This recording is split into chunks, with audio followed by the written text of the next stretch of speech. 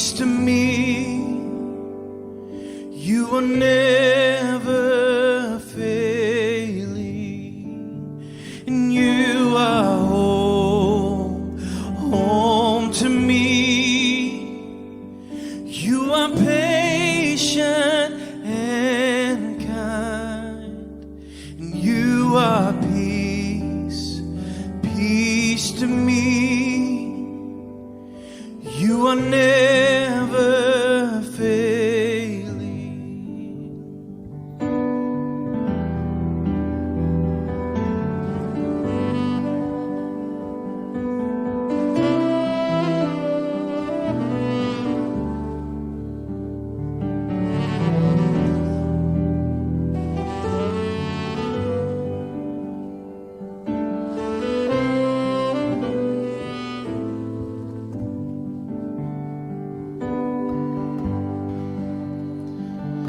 Like an unborn baby in a mother's womb, before my lungs could breathe, I was alive in you. Before my eyes were open, before my tongue could speak, before the bond was broken between you and me, you were home to me. And you are home to me. You are patient and kind. You are peace to me. You are never failing. You're home, and you are home to me. You are patient and kind. You are peace to me. You are never failing. And like a house out in the country, like a boat out on the sea, and like a river going somewhere we all wanna be. Yeah, like a voice that's so familiar, like the ground beneath my feet, like the way I've always known how close you are to me. Lord, you are home to me. And you are home to me. You are patient and kind. You are peace to me. You are never failing, and you are home to me. You're patient. You are patient and kind. You are peace to me. You are never failing. You are where we all have come from. You are where we long to go. And we have journeyed far from Eden, and we are coming home. So let our eyes be filled with wonder. Let our lives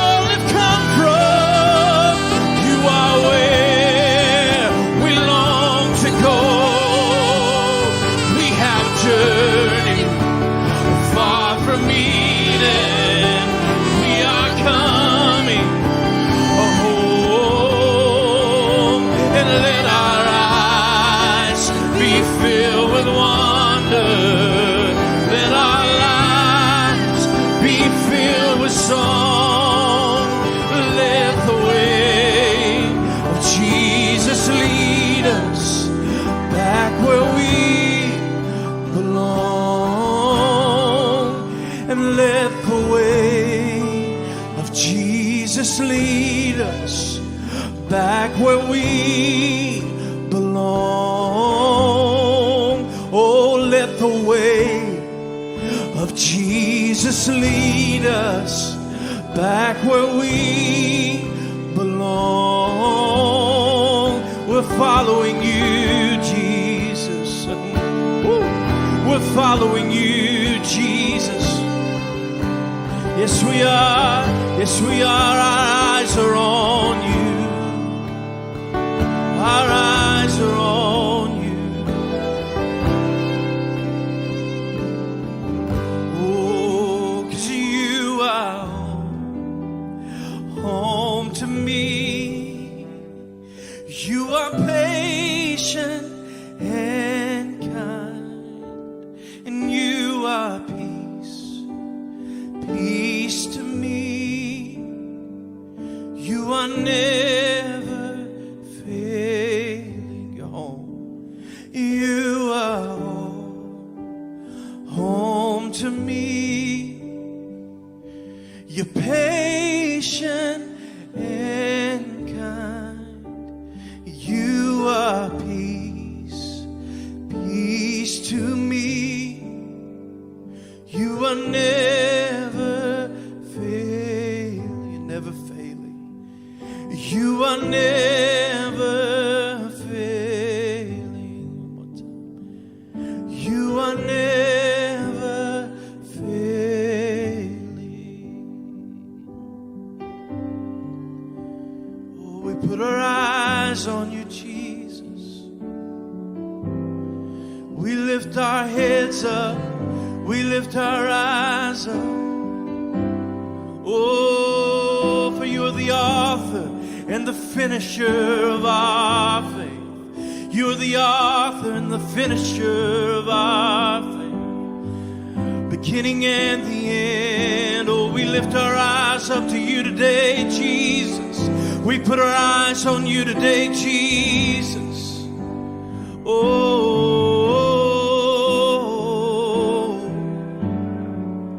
say that we love you, Jesus. We love you, Jesus.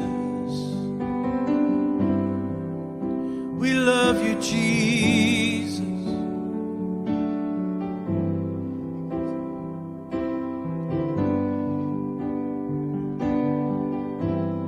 Oh, yeah.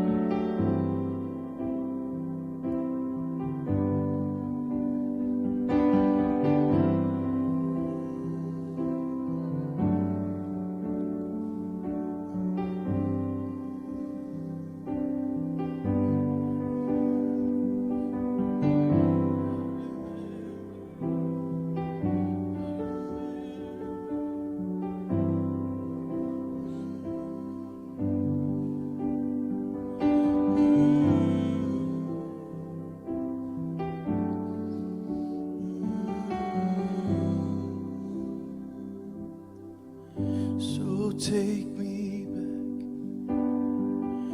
back to the beginning, when I was young, running through the fields with you. So take me back to the beginning, when I was young, running through the fields with you. So take me back to the beginning, when I was young, running through the fields with you.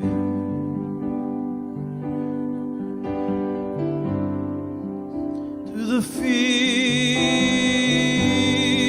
with you.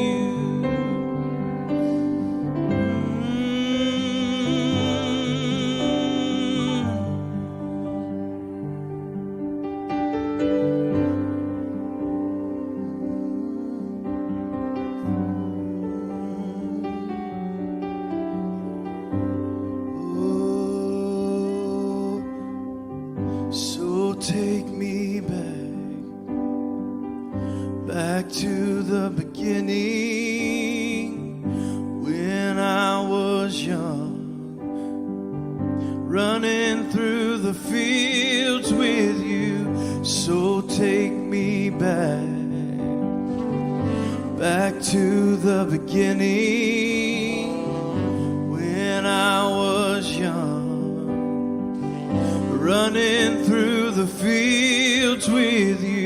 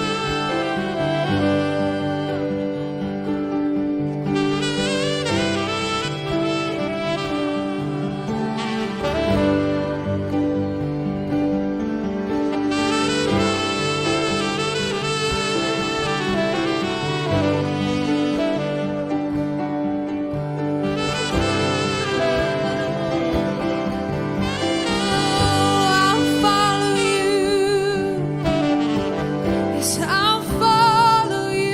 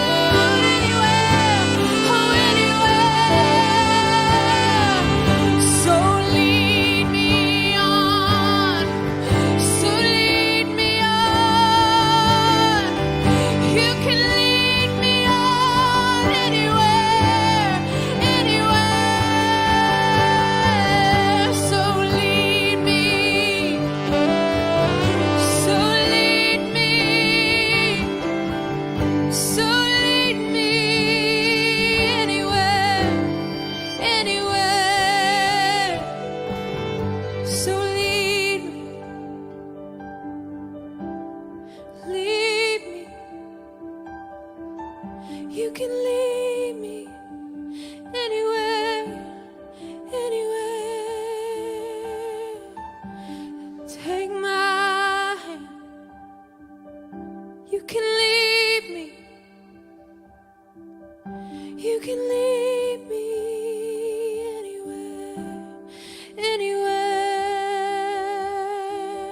So take my hand. You can lead me. You can lead me anywhere, anywhere. So take my hand. You can lead me. You can lead me anywhere, anywhere, anywhere, anywhere, oh, anywhere, anywhere. Yeah, 'cause I trust you now. 'Cause I trust you now. I trust you now. Ooh, you can take my hand. You can lead me anywhere, anywhere. You can take my hand. You can lead me anywhere, anywhere,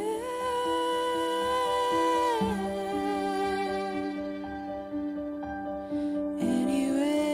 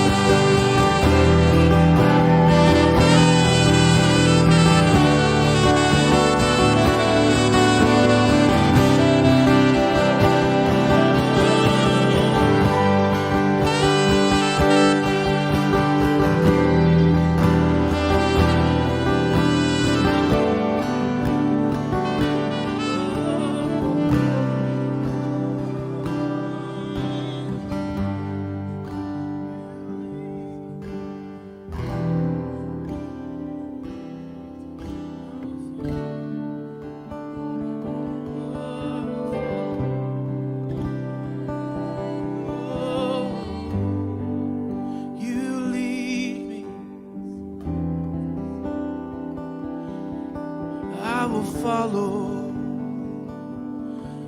I will follow you. You lead me.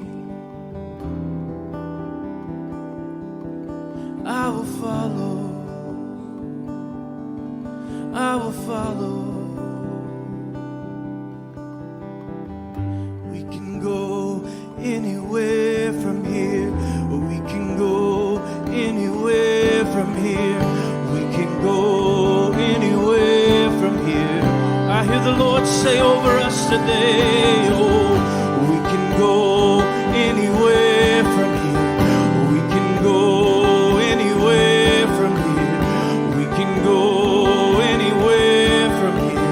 If you just surrender, my child, we can go anywhere from here. We can go anywhere from here. We can go anywhere from here. Just let go. We can go anywhere from here. We can go anywhere from here. We can go anywhere from here. Oh,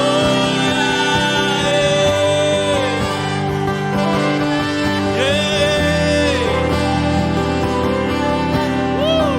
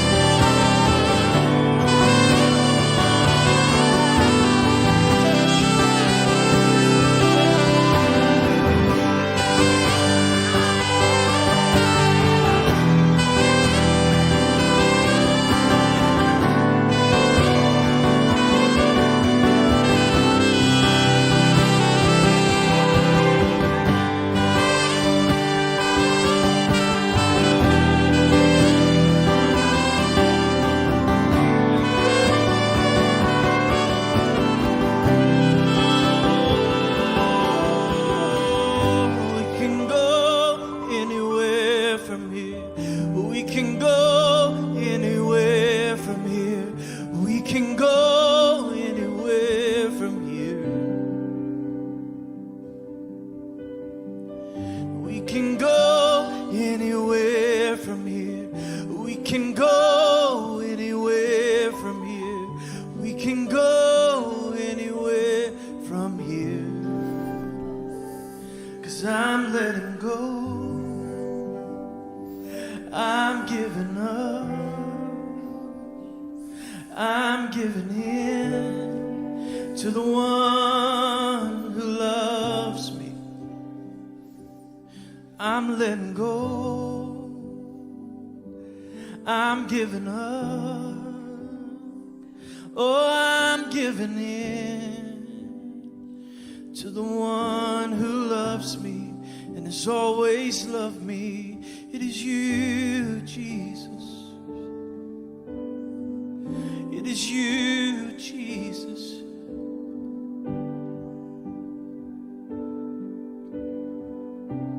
Oh, so sweet to trust you. So sweet to trust you. It's so sweet to trust you, Lord. And just to take you at your word. So sweet to trust you, Lord.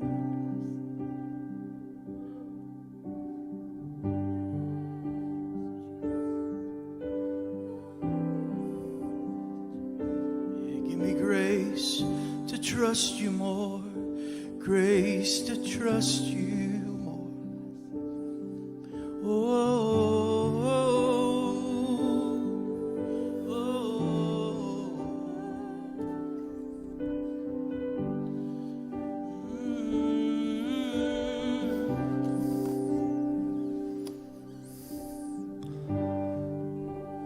I just want to come alongside of what Matt and Paige have already declared and declare to you that I feel incredible grace today to go anywhere. And I feel like there's permission in this room, there's permission in this sound to go to places your eye has not seen. And I really believe the roadmap was prepared today by what you guys sang. How do you go anywhere? Do you just get on the edge of the airplane and jump out? No, there's some beautiful pieces in here, and as I speak, I want to call you back into some places, because we've been here before, but we've not been here before. We've been to that place where he says, you can go anywhere from here. And our response has been, but I'm not going anywhere. And maybe we can't or shouldn't go anywhere until we've learned to go nowhere. And I believe the nowhere place he's calling us to today is a place called home. That's so clear in what they were singing, that actually he called us home, and then he called us back to the beginning. And I see the beginning point beyond time, beyond space, when I existed as a frequency in his heart and in his imagination, when I existed in the singleness of his eye as a creative spark, as a unique DNA, as a mass of potential in the cosmos. Back in the beginning, when there was no obstruction, when there was no conflict, when there was no mixture, back there when I existed purely and wonderfully in his eye. I want you to see that place, because I believe there's grace today to see original intent, to see created intention. What you were in him before you were in you. Before you were in her, your mother, you were in him. Before you were in this cosmos, this created dimension, you existed perfectly, completely in him. I believe today he's jogging our memory. And in this wonderful place of unfolding, he's taken us back all the way to that beginning. Do you know that's your home place? This place of being enfolded in him. And I believe there's grace in the sound today. I believe there's grace in the call today. That wherever you are as you watch this live stream, as Damon loves to tell us, whether it's this week, next month, or 100 years from now, 100 years from now, wherever you're sitting, wherever you're flying, whatever planet you may be inhabiting 100 years from now, that there's grace in this moment that transcends all time to call you back to the place of your oneness in his eye. And now the grace in this moment of time to call you from that place of oneness to this place of oneness.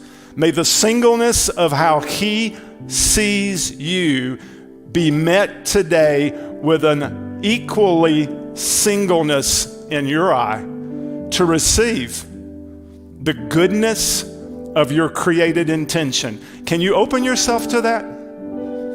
He is good, and he created you good.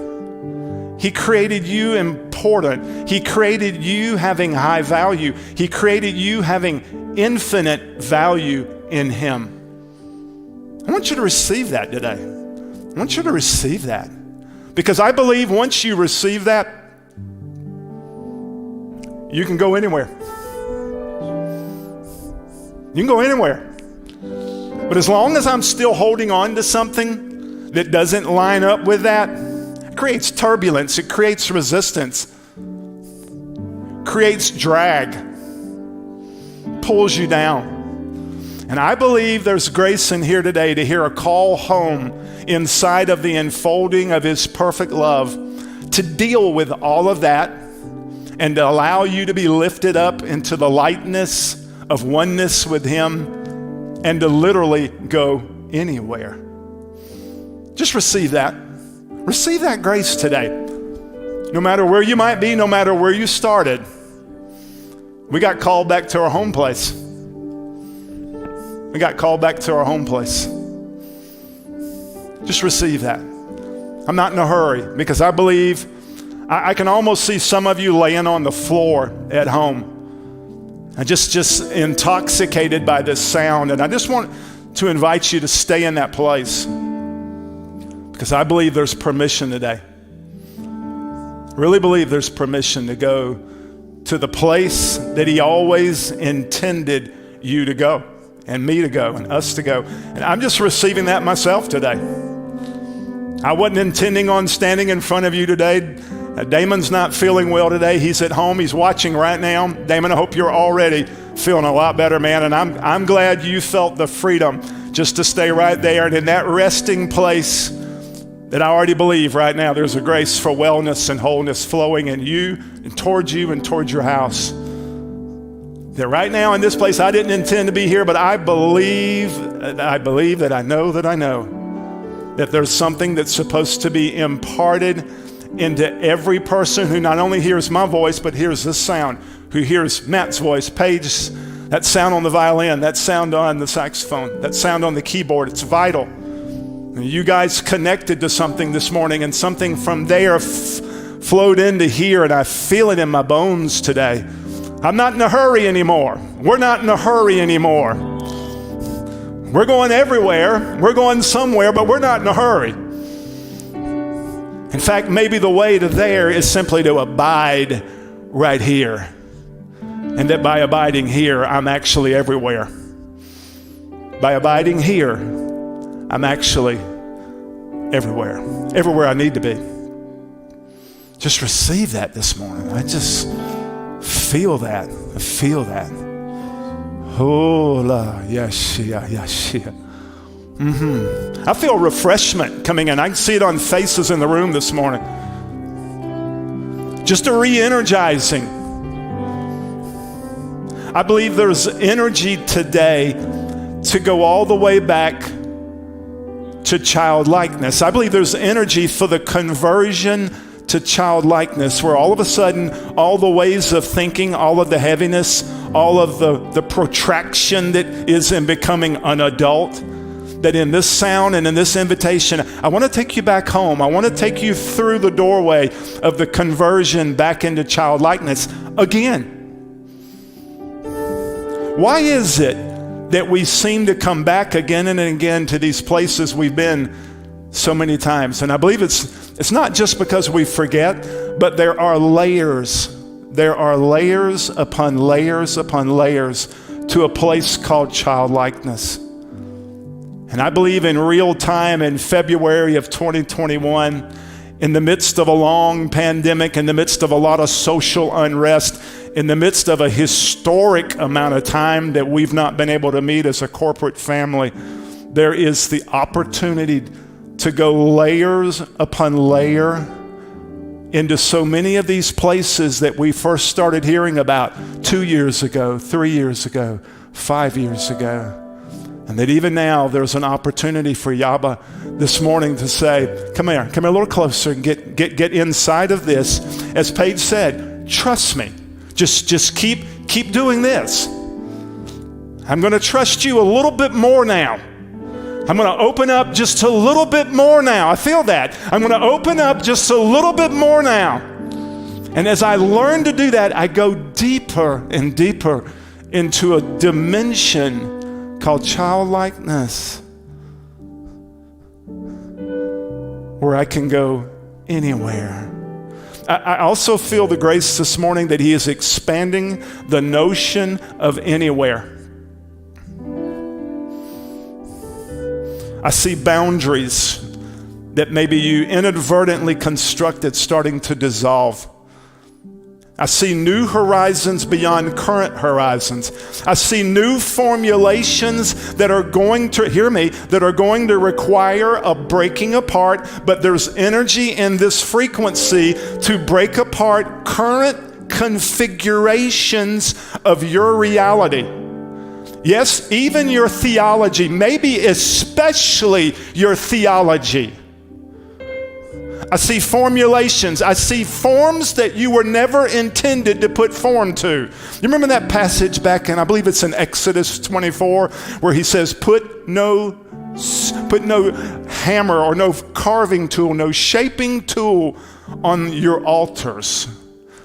And I see him today dissolving some forms, some places where we chiseled some stuff into stone that we should not have chiseled into stone. And it's painful and it's hard to let happen. And maybe it's because you're sitting still and everything you dreamed about is falling apart. And in that moment of falling apart, if you'll just let it, if you'll just trust him, then maybe he can bring you into the thing you cannot see or you've not been able to see. It's going to require a deep breaking down on the inside. It's okay. I believe part of this long stay at home, a part of this breaking up of our routine and sending us back into our homes is to take us to a deeper level of home. So that when that day comes, we come back together. We don't come back like we used to. We come back in a new configuration of family and home and what is possible inside of a place called trust. Damon preached years ago on something called, briefly, Damon, you didn't go at length into it, but you started talking about a sacred trust. A sacred trust. And I feel that this morning. I feel there's something opening up inside of a sacred trust in the goodness of who Abba is revealing himself to be in one of the most darkest moments of our personal history. I have more to say about that in a minute. I just want you to open your arms again, open your hands, and just receive. Receive what is fully accessible in this moment of time. It's a pregnant moment. It's a pregnant moment. Pregnant as you're hidden away. I see some of you absolutely alone watching this by way of computer this morning. Just absolutely alone, absolutely hidden. Nobody knows where you are. Nobody knows what you've been up to. But somehow you find your way into this live stream. And I say to you today, he sees you. Just fall into that hiddenness. I see you, says the Lord. I see you. Oh yes, I see you. I see you. Just be seen. Be seen this morning. Be seen. Be entering into the mystery of letting the singleness of his eye and the goodness that his eye intends just to see you. Just to see you.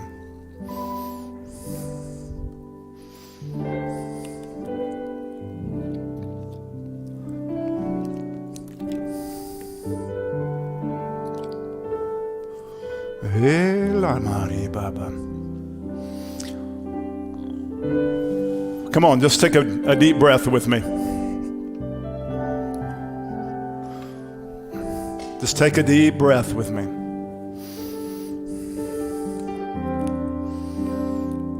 Just take a deep breath.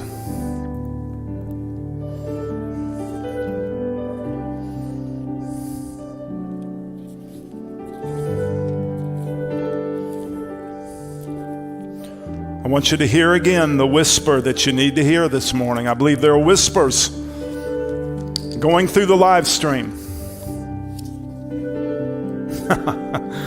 Yeah.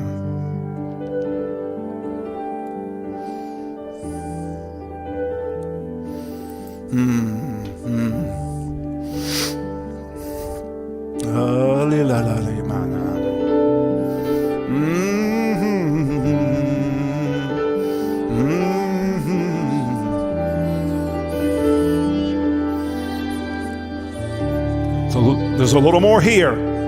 It's a little more locked up inside of that sound that's being released right now. Just trust him right now. Just fall into that.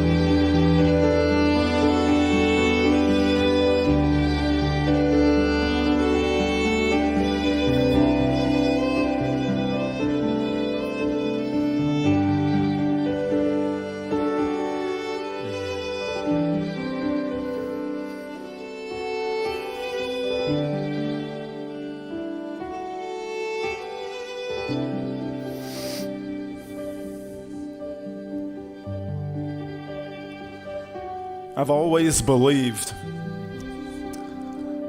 that there are, and this might get a little weird, but we've been given permission to be weird. I always believe there's been layers upon layers of frequency in these sounds that are released into this moment of time that are hidden, that are multi-layered, that are pregnant with all kind of possibility.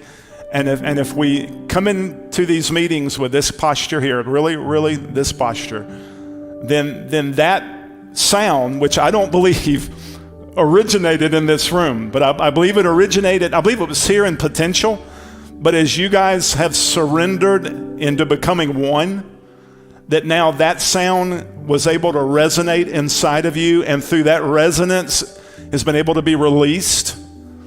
And I really believe we could exegete that sound for weeks and months and years if we allow ourselves to. I know there's a song that's on Sounds in the Family that I've been listening to almost every day since y'all released it 2 to 3 years ago. And every time I hear that same, it's a long 45-minute song, if you want to call it that. Every time I hear it, it hits me afresh and takes me deeper and deeper and further and further and farther and farther than I've ever been. Anywhere. Anywhere is locked up in this. Anywhere is locked up. I just feel that this morning. It's more important than anything that, you know, I even have the humility to say locked up in my voice today is the opportunity to go somewhere. Because I'm not here by accident today. And I accept that with humility. I woke up this morning. It's funny. I told Matt, I said, I woke up, Damon, you'll get a kick out of this going, thank God I don't have to preach today. And then to drop into a place in devotion before Damon sent us the text that said he wasn't feeling good, he might not be here. Because, I woke up going, I'm going to be sitting right here listening to someone else and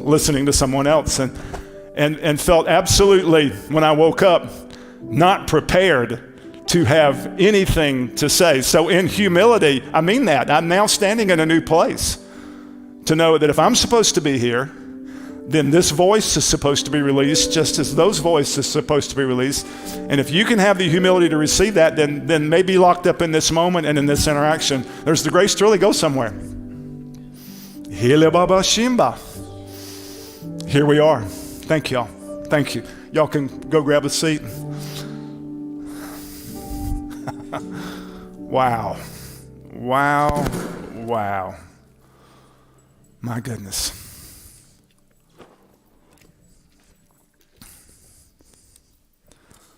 You know, it's interesting to be seated here today, and I want to be very intentional in what I'm about to say.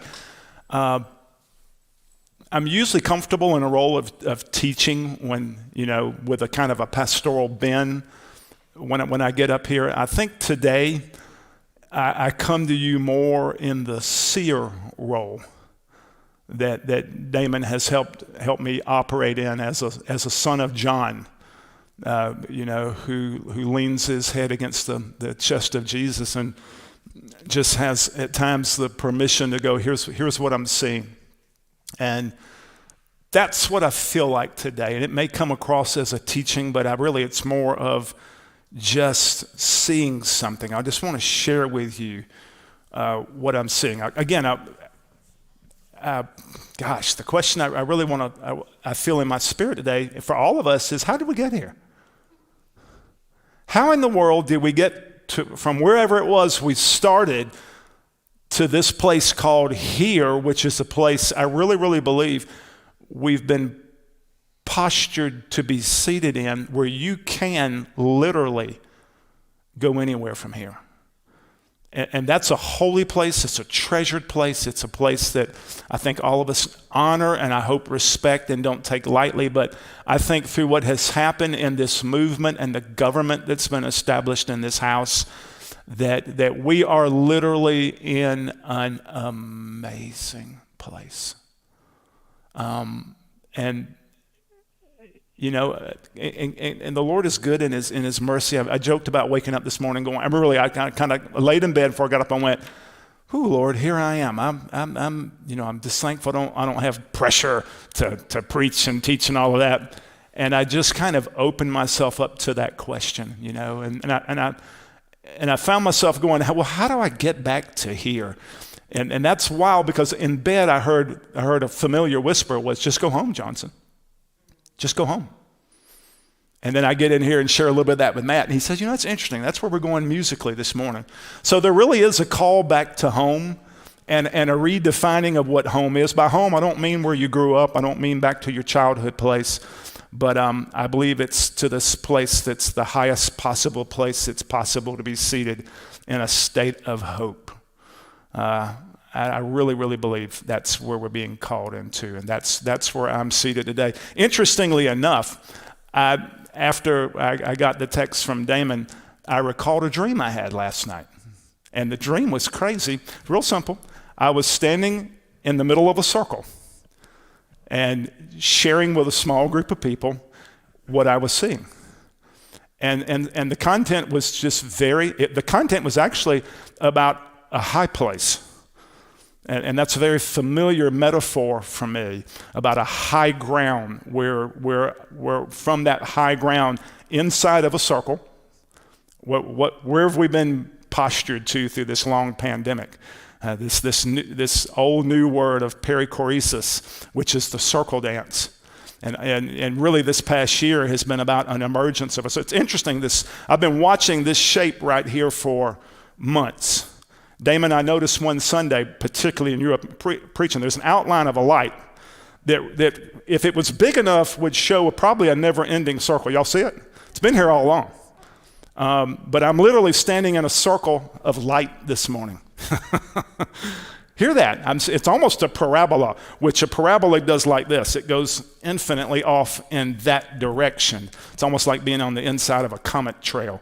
But that I saw myself inside of something, just sharing, having no idea that 3 or 4 hours later, I'd be standing inside of a circle sharing. So whose spiritual father, whose apostolic father, has been standing in this same circle. See, that's what frees me to come before you today, not really prepared to teach, because I am a seated son whose father has been standing inside of a circle, who now through the grace of that relationship has postured me inside of a circle. I want to say that to you because I believe there are going to be people listening to this that are not seated in governmental authority. Didn't have any intention of going here, but I think I like to say this periodically because it's vitally important to me and to the government that's here in this place. That those father-son family connections are vital to being able to stand in the circle in which you were intended to always stand in. And I believe it is the circle of perichoresis that's only found in the high place of beloved identity. In other words, when you enter into the grace to be called a son and to be called a dearly loved son, beyond any performance orientation, beyond any position, beyond anything grandiose, which is what my whole journey has been about, grandiosity, and about God having to tear that down so he could reveal this right here. That I stand as a seated son. And Damon, my relationship with you as an apostolic father, as so knitted together with your heart, has seated me securely in something that I could always partially see, but couldn't get seated in it. Beloved identity wasn't new to me here, nor was the Abba revelation. It's something that had begun to be shown to me 20 years ago. But here was the dispiriting that settled in my spirit was, it's a terrible thing to be able to see something. But, be patient with me. But to be postured where you can't see yourself in it. It's one thing to be sitting over there going, well, there it is. That's where I know I belong. That's home. That's where I'm supposed to be. But then to have some measure of futility, some measure of discouragement, maybe even some loss of hope about this. How many times have you said something like this? Will I ever get there? To be able to almost flirt with standing in and out of it, but to be in that tenuous place. But here's the thing that I feel just blowing up in my spirit. And Damon, I know you're a little uncomfortable with this, but I honor you this morning because it's by virtue of that relationship and the security of having a seated father. It's almost like he's sitting behind me right there in that seat, which is a circle seat, a circle table. Where this stuff just gets crazy. And now we're sitting in a halo circle light. That by grace of my connection with the Father, which was the thing that was really missing, now has released me on a Sunday to be really naked in front of you in terms of not having this ear-popping, wonderful revelation to share with you, which isn't as important as the frequency that flows through me and flows through you guys. Now, the same thing's happened to y'all. All these guys up here had to surrender false identification, any kind of ego, any kind of grandiosity. As you can tell, each of them is good in their own right, but that had to be surrendered so the many could become one. They could lose that identification, and then now, in the loss of that identity, you're now sitting in a greater circle up there, content being perfectly hidden, submitting to one another as sons and daughters, and then this incredible sound comes out of you that then helps us get there. So this governmental relationship, I want you to see Damon in the spirit sitting behind me as a seated dad who's now released this son. Now this goes way beyond what's happening here today. This becomes a metaphor for where I live. I could show you photographs I have taken of one geographical location in South Carolina that is the highest possible place it's possible to go in the state of South Carolina, Sassafras Mountain. And if you've been there in the last 6 months, there's a new addition. There is an elevated tower with a circle. And there's a circle within the circle. There's a wheel within the wheel. And the inner circle is a compass. And there are 8 pathways going out and 8 pathways going in, suggesting infinity. In fact, I call it an infinity loop inside of perichoresis, which to me becomes this incredible place. And I say, Damon, to you and to Apostle Aaron and our heritage, we can go anywhere from here, y'all. My God, we can go anywhere from here. Feel that. Feel that in the midst of a pandemic. Feel that in the midst of over 500,000 Americans having lost their lives tragically this year. And I don't say that lightly. I say that as something that has caused me a lot of grief this year to see so many people, even people I know, who have died of this coronavirus. And yet in the middle of that darkness, to be seated in the midst of glorious light is kind of a paradoxical thing that I've not completely resolved, but I embrace it. And I embrace the security in real time this morning, in real time, of having woken up hours ago feeling like, I just feel like I've lost that again. But then the Holy Spirit said, go home. Go home. You know, it's as simple as that. I don't know where you are this morning or what's going on, but in grace, I don't say this condescendingly or with the attitude of a Pharisee, go home. I say, go home. It's okay. There is a sound that's been released this morning. It's already happened. That's enabled you to go to a place called home. That place where you can do this. Get your bearings. And the more you breathe, the deeper you fall inside of this. This is bottomless too. But there's the most support I've ever felt in my life right inside of that. In fact, I don't want to move. I just want to stand right here and offer that. Just again, look, I don't know if you can see this on the live stream, but everybody on the front row you can see this halo light. That is what is being revealed to me. That is what has been revealed to me and has this past year. And the call always back, go home, go back to the beginning, because long before I was created here, inside of him, this is where I was. I was in unapproachable light. I indwelled that. That was my womb. That was our womb. You know, and I believe there's a thing going on that's causing us to gain that level of memory back, where we are recovering true identity as we let go of anything that's inferior or that falls short. And that's part of where we are. So I really feel like that's our beginning point today. And I feel like that frequency is reverberating. That's why I'm not in any big hurry to go on. I just really want you on February the 7th just to allow that to take you to a new level of anywhere. If you can just simply do this. If you can simply do this. Let me, as we do that, let me just briefly ask that question again that I asked, because I got a clear answer this morning, again, before I knew I was going to be here. It is, how did we get here? How do you get here? Where does this all start? You know, and you're probably cataloging your answers. And I had a lot of answers that I felt like, okay, it started for me with the Abba revelation. It started for me with beloved identity. And those are vital, and I haven't quite figured out how that plays together in terms of a starting point. But it actually started, I realized, before all of that. And this past year has been a year where I don't know, I guess it's been his intention to take me back to that beginning point, even before Abba, before beloved identity. I knew Jesus. I was loved by Jesus. I was pastoring, my goodness, at the time.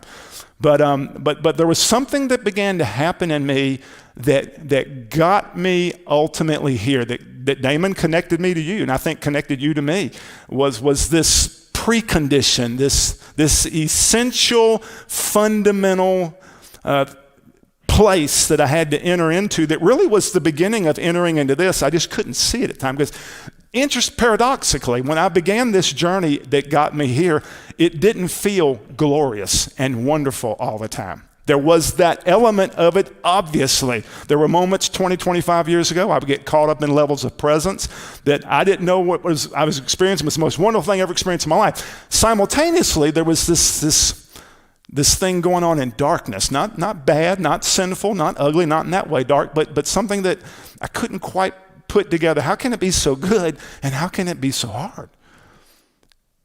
And that was about this place of fundamental beginning. I really don't want to get into notes because I just want this to flow. And I'll tell you where I've been taken back to in terms of to answer the question. How did I get here? Where did all this start? I was taken back this week devotionally back to a very, very familiar passage of Scripture, which is really the anchor point of what I want you to see with me this morning. And if you look at the Gospel of Matthew, the first gospel in the New Testament, Jesus' first teachings begin with the Sermon on the Mount. You're very familiar with this. In fact, you're so familiar with this, when I say what I'm about to say, it's going to be easy to go, oh, yeah, I already know that. I can quote that stuff from memory. And where does it begin in Matthew 5? It begins with the Sermon on the Mount and begins with the Beatitudes. Most of us, I think, were taught, I've preached on the Beatitudes before. It's been a long time ago. I did a sermon series on it back when I was in my 20s and early 30s. I can remember doing it. And taught them probably as virtues that we needed to acquire in order to enter the mystery of kingdom life or what have you. And I don't know that I would teach them today as virtues. Again, I've not thought through all of this. Let me just tell you what's happening to me. I am currently in the middle of another encounter with the Beatitudes. And what I'm seeing them now is I'm seeing the Beatitudes like this, as a part of the swirl of the energy of enfolding love that's going on around me and within me at an ever deepening level as I engage these points inside of the enfolding. It's almost like we'll take the very first one, which is where does it all begin? How did I get here? I think I got here initially by entering first into the mystery of something called poverty of spirit. Now, the danger of the Beatitudes is, again, you think, well, okay, I'm real familiar with that. I got that. Let's move on to something else. It's like beloved identity. Oh, we got that. No, as we're learning now, how many times have you heard Damon teach over the last number of years where he's not teaching a new passage of Scripture, but teaching us a passage he knew years ago, but it's been taken into a whole different level of understanding. Same thing's just starting to happen to me with the Beatitudes, particularly around the first one, with this whole thing about, notice what it says, blessed are the poor in spirit. Notice what it says, for theirs is the kingdom of heaven. Matthew loves to say kingdom of heaven. Luke says kingdom of God. Well, we all know we're talking about the kingdom as a hand. We're not talking about something that's off in the distance. We're not talking about something that's way up there in heaven. We're talking about a dimensional reality that we can enter into right now. Here it is, right here. I'm being called into this circle, of crucial importance, being seated in beloved identity. But what keeps me there? What got me there? A number of things. But what I'm seeing is, blessed are the poor in spirit, for theirs is the kingdom of heaven. They then begin to inherit this dimension, this reality. Those who embrace, enter into what I'm discovering is this essential quality called poverty of spirit. Poorness of spirit. Do not confuse it with the poverty mindset. Do not confuse this with being broke. Do not confuse this with not being able to pay your bills and being irresponsible financially and always standing at the door, so to speak, waiting for a handout. That's not what I'm talking about. But I think what he's talking about is this, what has been an incredibly difficult place for me to embrace. In fact, whenever I hear blessed are the poor in spirit, imagine that this is the place right here where the poor in spirit are, or what is poor in spirit. Here's kind of how I viewed it. Okay, I'll step into that place for a little bit, but boy, I hate what it feels like to feel poor in spirit, so I'm going to get my lesson, and by golly, I'm going to move on beyond poor in spirit to something else. In other words, that it's just a stepping stone you have to pass through so we can get on to the really good stuff of beloved identity. And what I'm realizing now, and this pandemic has been the latest tutor for me of that reality. It's the last teacher to say, I'm trying to show you something through all of this unrest, through this breaking apart that is supposed to lead to a reset. As Damon has said, it's a shift of consciousness about who he is, so that on the other side of this, for every one of us, life doesn't look like it did back in February of 2020. That now, as we enter into February 2021 and March, and wherever we go from here, that something, it's vital that something shifts. Now, this poverty of spirit, being poor in spirit again, I viewed it so negatively because I want you to know what has happened to me over the years whenever I stepped into a place where I went, oh, here I am again. God, I feel so small.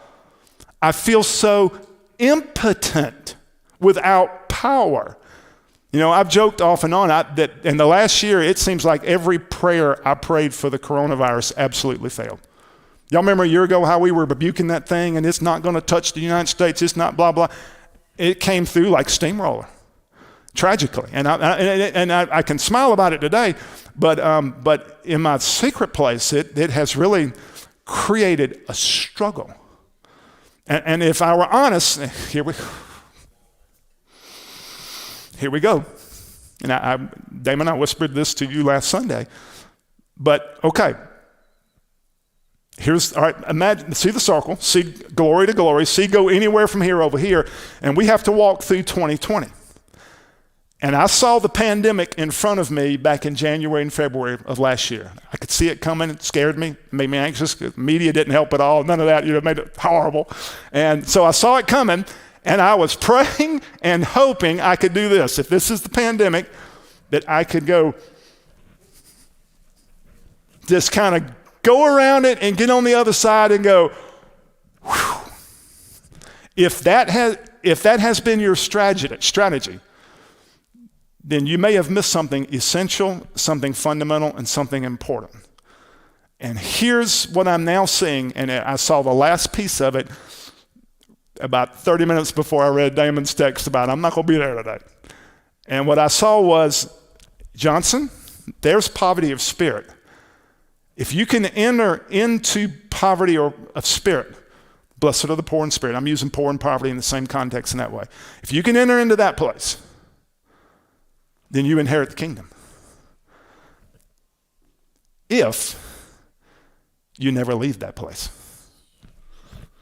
That's what this American, strong, still struggling to be independent guy wanted to believe. That I could still go, okay, I'll go there for a little bit. I've learned this lesson. Now I can go back to feeling better.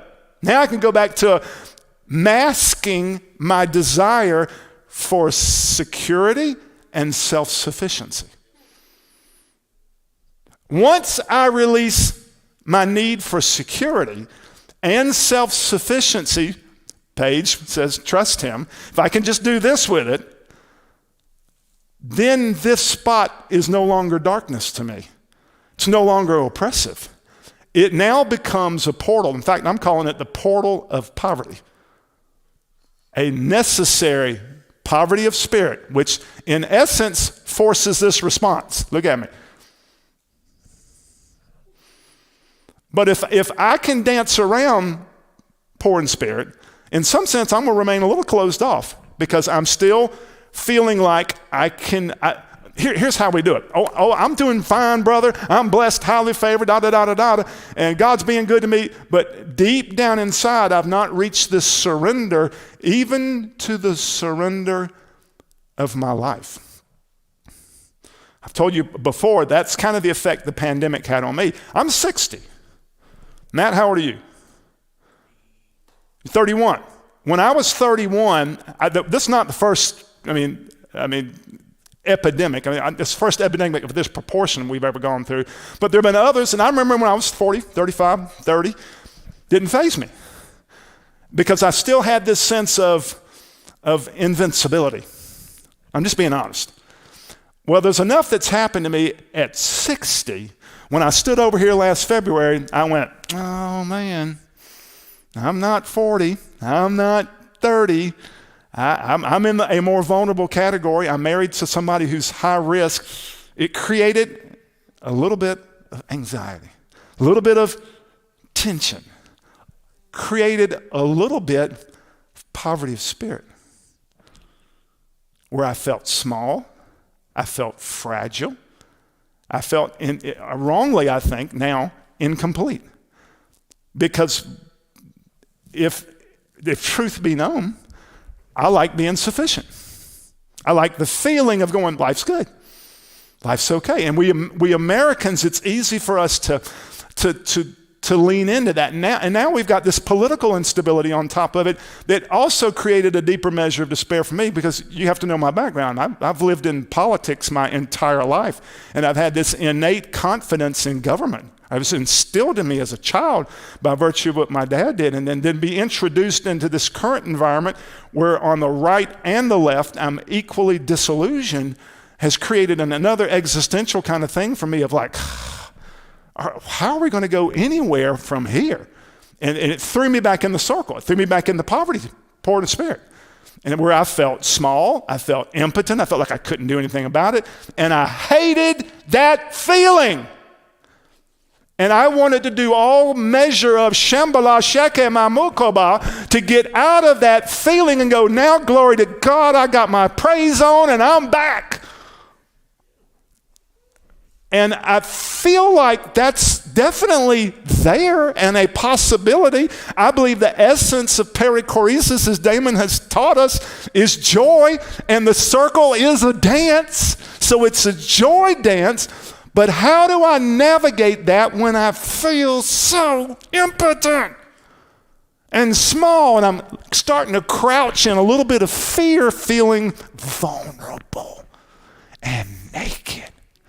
In fact, in the pandemic, and some of you will not like this, and you will not receive this, but I wish you would, even in the middle of the pandemic, I had to admit, this could happen to me. If people I love didn't get an end run around it, then what makes you so special? Oh, it's beloved identity is going to keep me out of it. Maybe. Or can beloved identity give me the grace to embrace this vulnerable place that then can become an expansive place? Blessed are the poor in spirit, for theirs is the kingdom. If I can step into poverty of spirit, poorness of spirit, again, that's the place of inheritance. If I stand here, he looks at me and says, kingdom's yours.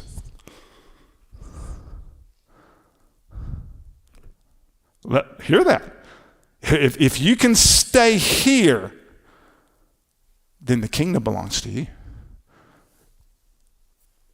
If I can get comfortable going, it's okay. I'm small. I am fragile. One of my favorite movies from 20 years ago, it's another one of these outer space movies, was the movie Contact.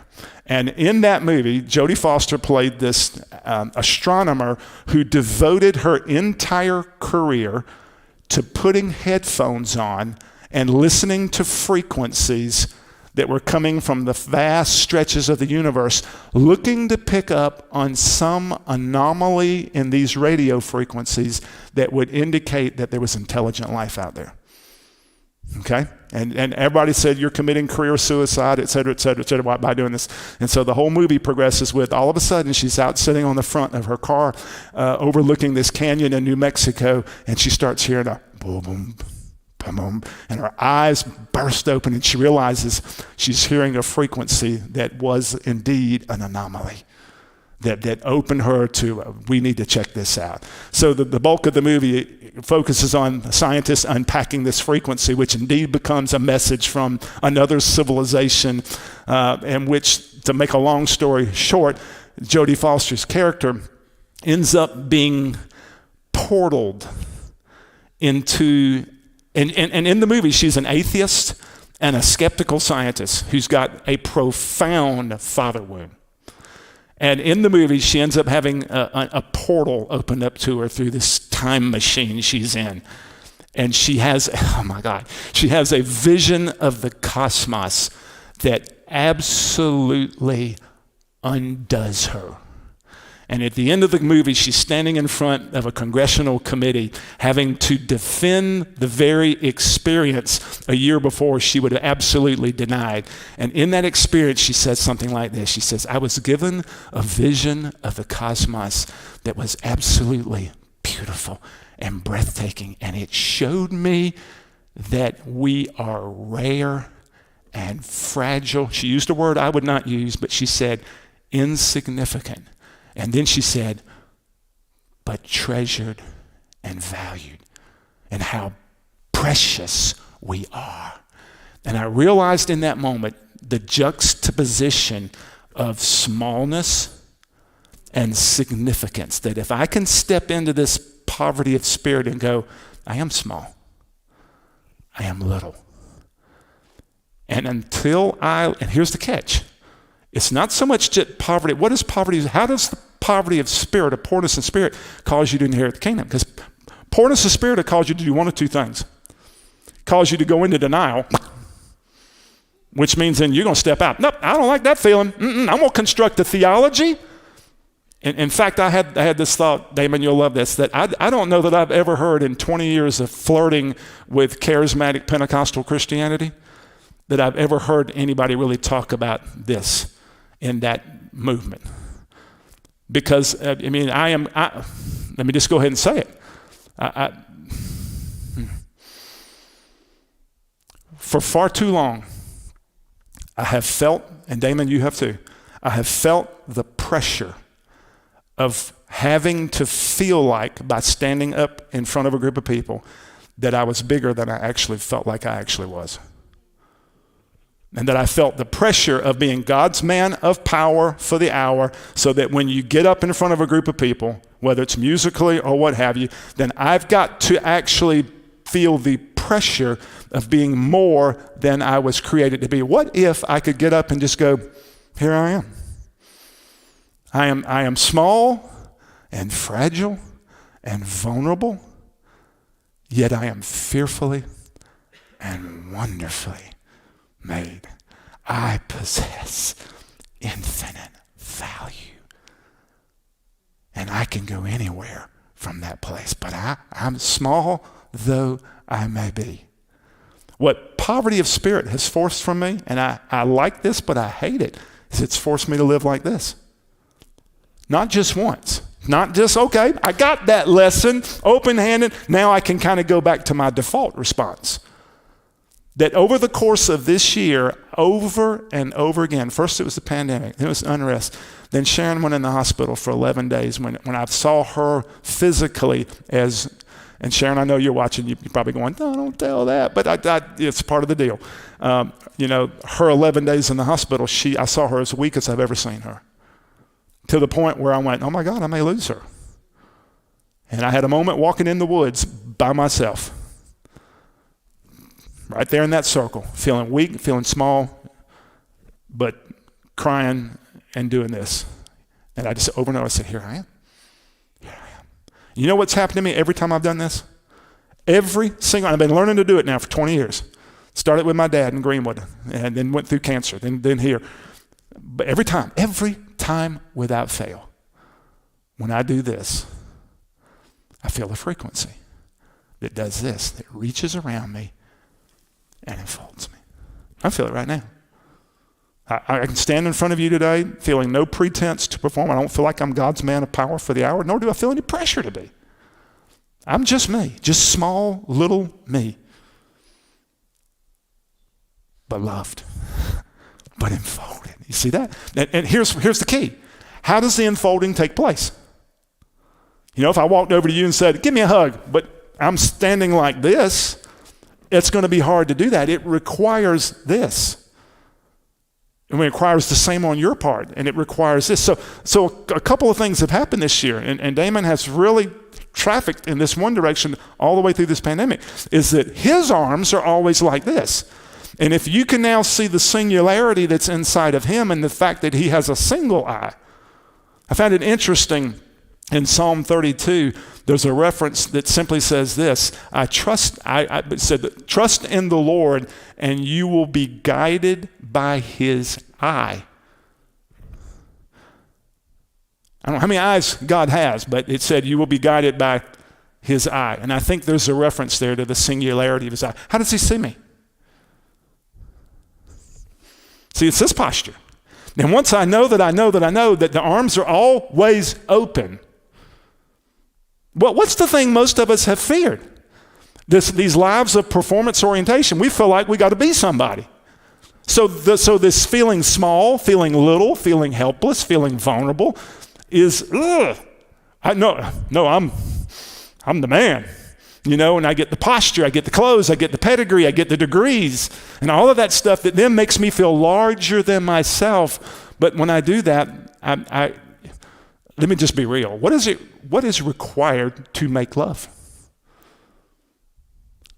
It gets real quiet whenever you talk about something this intimate. You got to get naked.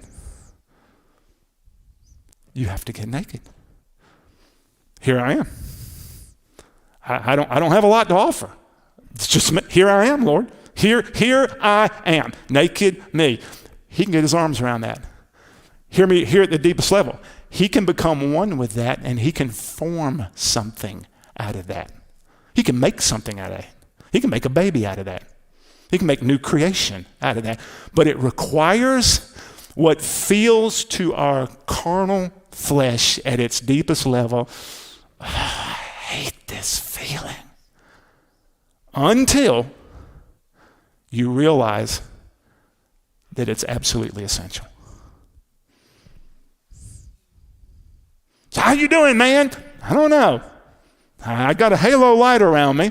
I can see that. And I'm in a place where I'm forced to do this. And I'd rather create, particularly in America, this illusion of, I got it all together. And a lot of people don't buy into this. And that's why I know some of you may have already turned this off. But I don't think you go anywhere unless you come home to this. And the thing I heard this morning, as clear as I've ever heard it, was, stay right there. It forces this.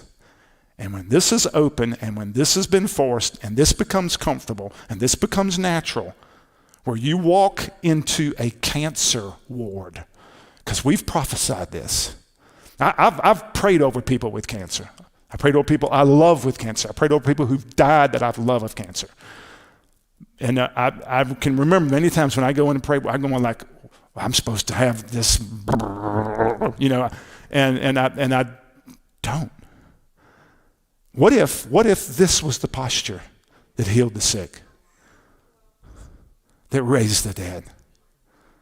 I mean, it's Peter and John, isn't it? Silver and gold I don't have. I'm not coming to you as God's man of hour for the power. I'm not coming to you because I still look pretty and good and I got the best. No, silver and gold I do not have, but what I have, because this is the wheel within the wheel. Because the reality is, here's the illusion. The illusion for me was that when I got in this place, I was alone and I felt small. And he said, no, you're enfolded. It's the wheel within the wheel. You're in the halo light. In fact, you're in the very center of it. Because what did God do? In his most vulnerable moment, Abba incarnated himself. He took on the risk of becoming human flesh. How small can divinity get? I can feel that.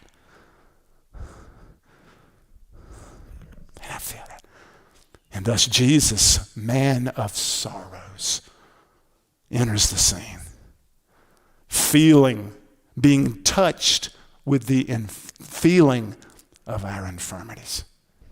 We still want to do an end run around that. But what if the posture, or the beginning of the posture of the conduit of the greatest amount of energy of love, begins and is dependent upon poverty of spirit? Blessed are the poor in spirit. Because now you, okay. You know what I've learned now? If I've learned that this posture means I get this, that's all I need. Then I come into your situation with the fullness of the enfolding.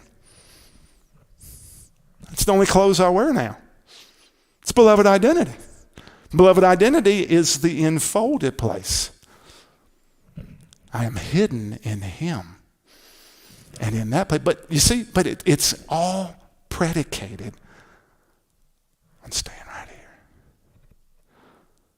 In fact, I'm starting to see that the Beatitudes, and depending on how you count them, they're either 8 or they're 9. I think they're 8. I think 8 and 9 kind of say a similar thing about persecution and being persecuted for righteousness' sake. So I see 8, and in the middle of that circle, up on top of sassafras, I see 8 pathways. I see them 8 pathways coming in, and there are 8 more going out. And it's a compass that really shoots off rays into every direction. And I'm really starting to see that this path is an 8-fold path of encording. And I'm being enfolded in something that the first piece of it is poverty of spirit. Then notice the next one. Blessed are those who mourn. Because you know what this will do?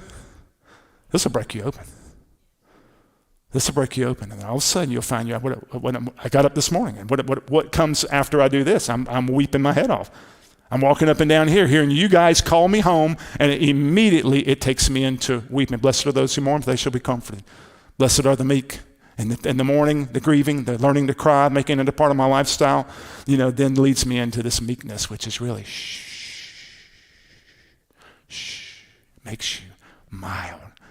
No more argument, no more defensiveness, no more reasoning, no more, every talk show, every political talk show goes, shh. You mute Fox News, you mute CNN, and can you imagine all those guys just shutting up? And it takes you out of that place into hunger for wholeness. I feel this starting to spin around me, and it all begins right here. And so here I am. It's February. I don't know. Damon doesn't know when we're going to get back together. We'll get back together when he tells us to, when it's good to do that. And I hear him saying, this is huge, Johnson. You've got to learn to get comfortable in this space. So that when now instead of, here's where I made my mistake, and I think I'm about to wrap this up. Rudy, let me pick on you. Rudy, if you call me and said, listen, I've got this horrible disease, I need you to come pray for me. Typically, as I said before, I would come to you thinking I've got to generate something. And I would feel this pressure to be more than I knew myself to be. And it would create enough tension where by the time I got to your house, I'm tight, tense, and halfway closed up. What if the essential poorness of spirit frees me from all of that? And now all I know, and this is the security. Poverty of spirit gives you this. It forces this, or it forces this in the negative way. People who can't embrace it, they're going to do this. They're going to close up and step out and then construct a theology and a way of life that gives you an end run around that. And what I know we've come to discover in this last year is that's bogus. That's a false persona. It's false theology. It's heresy that there has to be a way through. And it's got to work in the middle of it. It's got to be a work when it doesn't seem to be working. And I'm realizing now at the tail end of this thing, after 4 or 5 experiences this past year where I felt that absolute stripping again, almost to the point where I'm like, does this work anymore? Are you sure this really works? How does this work? Nothing's working. How does it work? Notice what I'm doing. See? How does this work versus, it's opening me up. And it goes right back to Paige. Just trust you. So now that I know that you will always unfold, you're going to unfold little old me. And that enfolding, here it is the most energetic energy I have ever discovered, I've ever run into. So then I'm back to Rudy. So now I'm free to go to Rudy's going, as long as I stay this way, I'm enfolded. I'm inside of a swirl of at least an 8-fold cord that's spinning around me, that's twisting my darkness into light. A whole nother mystery there. Twisting my darkness into light, twisting this smallness into security, where then I don't have to strut into Rudy's house, but I come in humility and I say, Rudy, here I am. And then I can look at him with the confidence of one who's open-handed completely. And in that open-handedness, I live inside of the energy of the unfolding. I live inside of the circle, what I call the Samak circle, inside of the top of sassafras, inside of this halo that now sits in the middle of this room. See, we're being called into this. Keep in mind, our dad's been standing right here for months, just right here in this light. And then now here's a son who now says, okay, I believe that we've been called to heal the sick. I believe it's coming. I believe an essential place to go through that is silver and gold, Rudy, I don't have. I'm not coming with, I ain't going, I'm coming in the confidence of one dearly loved. And small though I may be, silver and gold I don't have. But I do have this. I have the security of an enfolding that covers the bandwidth of the light inside of his heart, light inside of here. And I felt that today. I got encouraged out of that when I got up this morning, and I got reminded of it when we started singing, and the sounds that came out of this group have propelled me into that place, so that now I walk out of here today and I'm going, I'm good with being 60. I'd love to be 30 again on some days, but now there's part of me that says I wouldn't go back to what I was experiencing at 30 years old because it's sweeter and it gets better and it does get better. So here I am. And I'm heading into the most vulnerable, so to speak, part of my life from here on out. Senior adult age is there, and I took care of my dad when he was in his 80s, and it scared me a little bit. So I'm like, is that going to be me one day? Okay, you got me. And that's enough. And if I can live in that place with my hands always open and just stay in that place. Pandemic, politics, losing people I love dearly. Harvey Sauls. I miss Harvey. I wanted to see Harvey healed. We all did. Now, what do you do with that? Sally, you may be watching this morning. I stay open. I stay open. I stay open. I stay enfolded. I stay small. I stay teachable. I stay vulnerable. I stay tender. That's where your sound this morning, I have to have that. That's a part of getting me in this place. That sound. Damon, more than your voice, man, just you knowing you're seated and that you're not going anywhere gives me the security to go, I can stand too. I am not alone. We're not alone in this. We may be small, we may be hidden, we may be in the backwoods of nowhere, but I believe if we can pass our way through and into the eightfolded cord, that it becomes the spiral that leads me into the highest place possible. It's possible to be seated. And Paige, we can go anywhere from there. Because by that time, what did we learn? Trust you. So just open your hands with me once again, right? Just where you are. And if you've been on a journey where it hasn't gone like you expected it, and maybe your theology has failed you, I feel that for somebody this morning. That maybe one day there might be a leader who's listening to this, who's tired of the hype, who's tired of having to get up and put the religious mask on, and who's sitting in his house going, oh my God, I would have been 20 years ago, oh gosh, I got to get up and I got to go preach again. Now, maybe your theology has brought you to a place where you're stripped and you're naked and you don't know where to go. Silver and gold I do not have, but one thing I can give you today is this absolute confidence that if you can open these hands and open your posture and simply say, I trust you, that I am absolutely confident. And I believe there's a frequency flowing through me right now to where you are, that posture will enfold you. And you will find yourself, even if you can't sense it completely, I can see it, absolutely, utterly, always enfolding you. Nothing can separate you from this love that comes through Yeshua, the Christ, who entered into the smallest place possible and stayed here, the cross. Father, into your hands I commit my spirit. And in that last cry from the cross, all of humanity was touched. You feel that? So come on, let it go. Quit trying to run around this, because I don't think we're going to be permitted to. I don't think we're going to. If it's going to be real and authentic and mature as he wants it to, then if this pandemic didn't get you, something else will. Not that he's trying to do it. It's just life, man. There's going to be enough happening out here. I had a guy come up and fix my lawnmower this week, and he just said, man, life will get you, won't it? And he's had 3 people very dear to him die. He's a strong believer, but you could sense the discouragement in his spirit. And he didn't have something to come and do this. So I bless you with that today.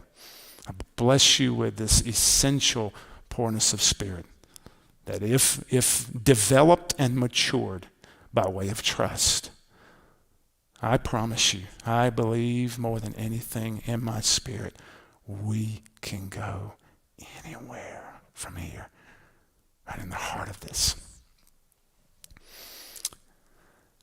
Amen. Amen. I meant to talk about giving this morning. You can obviously do that. I won't take a lot of time. You can give by tithely. There's a tab there on your computer screen to do that.